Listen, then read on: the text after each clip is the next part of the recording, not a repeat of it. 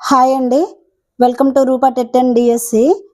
ఇక్కడ చూడండి, ఎడ్గార్ డేలో అనుభవాల శంకువు. ఇది చాలా చాలా ఇంపార్టెంట్. టెట్లో కానీ డిఎస్సిలో కానీ దీంట్లో నుంచి ఒక బిట్ కంపల్సరీ వస్తుంది. సో మనం ఇది ఈజీగా సులభంగా గుర్తుండేలా నేర్చుకుందాము. నేను నేర్చుకున్న విధానాన్ని మీకు నేర్పిస్తాను, ఈజీగా గుర్తుండిపోతుంది. ఒకసారి చూద్దాము. యాక్చువల్గా ఎడ్గార్ డేలో ఇతను అమెరికా తత్వవేత్త. ఇతను ఒక ముగ్గురి వల్ల ప్రభావితం అయ్యి ఇతను అనుభవాల శంకు పిరమిడ్ ఆకారంలో నిర్మించాడు అన్నట్టు. అయితే ఒకసారి చూద్దాం వాళ్ళు ఎవరనేది. పెస్టాలజీ ఏం చెప్పాడు? పిల్లలు కృత్యం ద్వారా నేర్చుకుంటారని చెప్పాడు.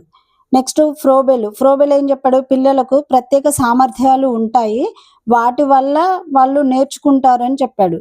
నెక్స్ట్ జాన్ డ్యూయి ఇతను ఏం చెప్పాడు? అభ్యసన అనుభవాలు కొనసాగింపుగా ఉండాలి, అలా ఉంటే పిల్లలు నేర్చుకుంటారని చెప్పాడు.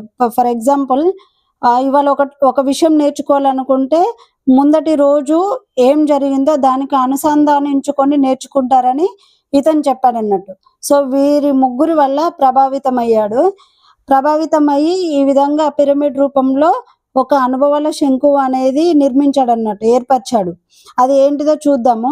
అయితే పిల్లలు ఏ విధంగా నేర్చుకుంటారంటే మూర్త అనుభవాల నుంచి అమూర్త అనుభవాలుగా నేర్చుకుంటారు. అంటే తెలిసిన దాని నుంచి తెలియని దానిని నేర్చుకుంటారని చెప్పాడు. అయితే ఇది ఒక చిన్న కోడ్ రూపంలో నేర్చుకుందాం అన్నట్టు, ఈజీగా గుర్తుండిపోతుంది. అలా మీరు ఊహించుకోండి ఎలా జరిగింది అంటే, ఒక క్లాస్లో ఒక టీచర్కి పిల్లలకు మధ్యలో ఏ విధంగా జరిగింది అనేది మీరు ఊహించుకుంటే ఈజీగా గుర్తుండిపోతుంది. అయితే టీచరు క్లాస్లోకి వెళ్తుంటే పిల్లలు బయటికి వెళ్తా ఉన్నారు. అప్పుడు టీచర్ కోపంతో పిల్లల్ని ఇలా అంటాడు, ఏంట్రా ఎక్కడికి వెళ్తున్నారు, మీకు ప్రత్యక్ష అనుభవాలు కల్పిద్దామంటే నాటకాలు ఆడుతున్నారా అని కోపంతో పిల్లల్ని టీచర్ అరుస్తాడు.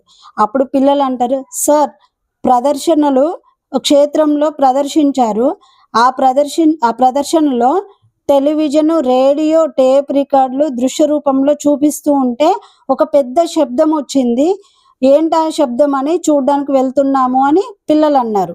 మళ్ళీ ఒకసారి చెప్తాను చూడండి. టీచర్ క్లాసులోకి వస్తూ ఉంటే పిల్లలు బయటకు వెళ్తుంటే కోపంగా ఇలా అన్నాడు టీచరు, ఏంట్రా ఎక్కడికి వెళ్తున్నారు, మీకు ప్రత్యక్ష అనుభవాలు కల్పిద్దామని అనుకుంటే నాటకాలు ఆడుతున్నారా అని కోపంతో టీచర్ అంటాడు.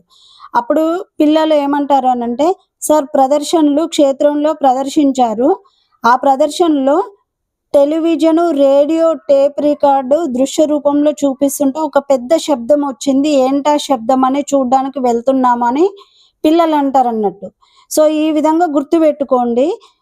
కింద నుంచి పైకి, మూర్త నుంచి ఆమూర్తకు అన్నట్టు ఈ విధంగా ఈజీగా గుర్తుంటుంది.